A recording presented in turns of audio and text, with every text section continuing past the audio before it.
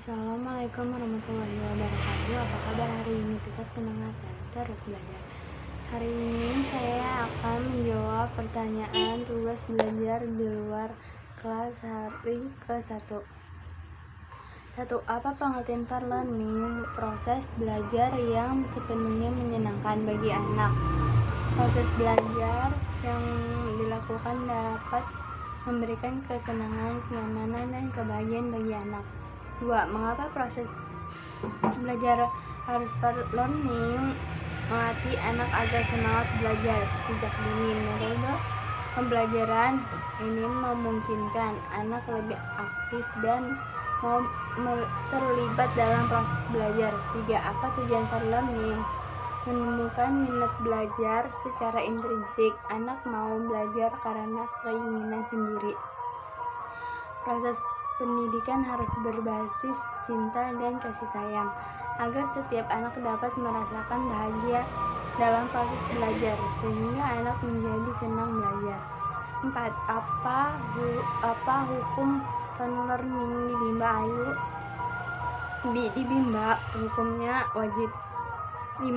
Siapa yang harus merasakan fun learning?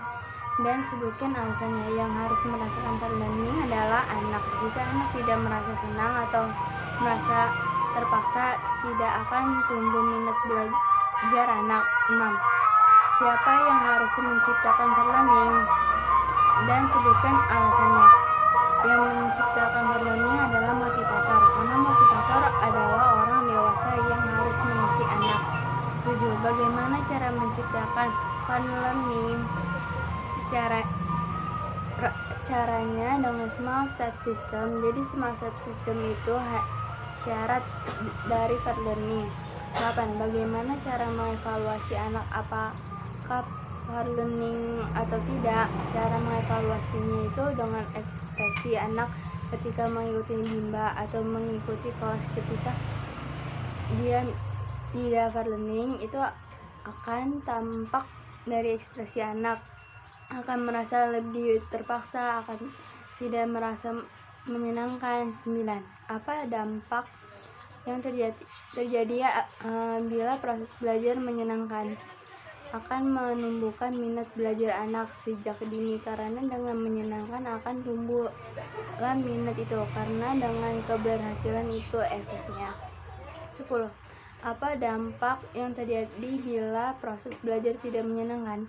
Anak akan terpaksa untuk mengikuti belajar dan akan menjadi generasi yang benci belajar. Jadinya anak itu akan merasa terpaksa.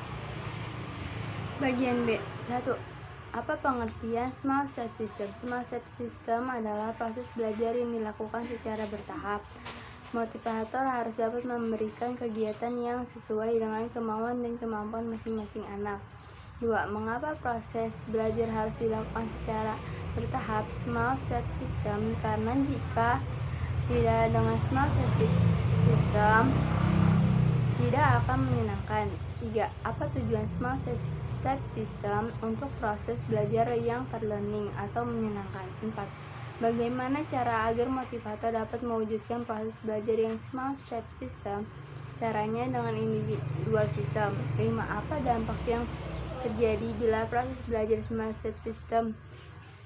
Ketika dampak ini mengikuti small step system, di sini akan terjadi belajar yang menyenangkan, karena kita di sini mengikuti kemauan dan kemampuan anak sesuai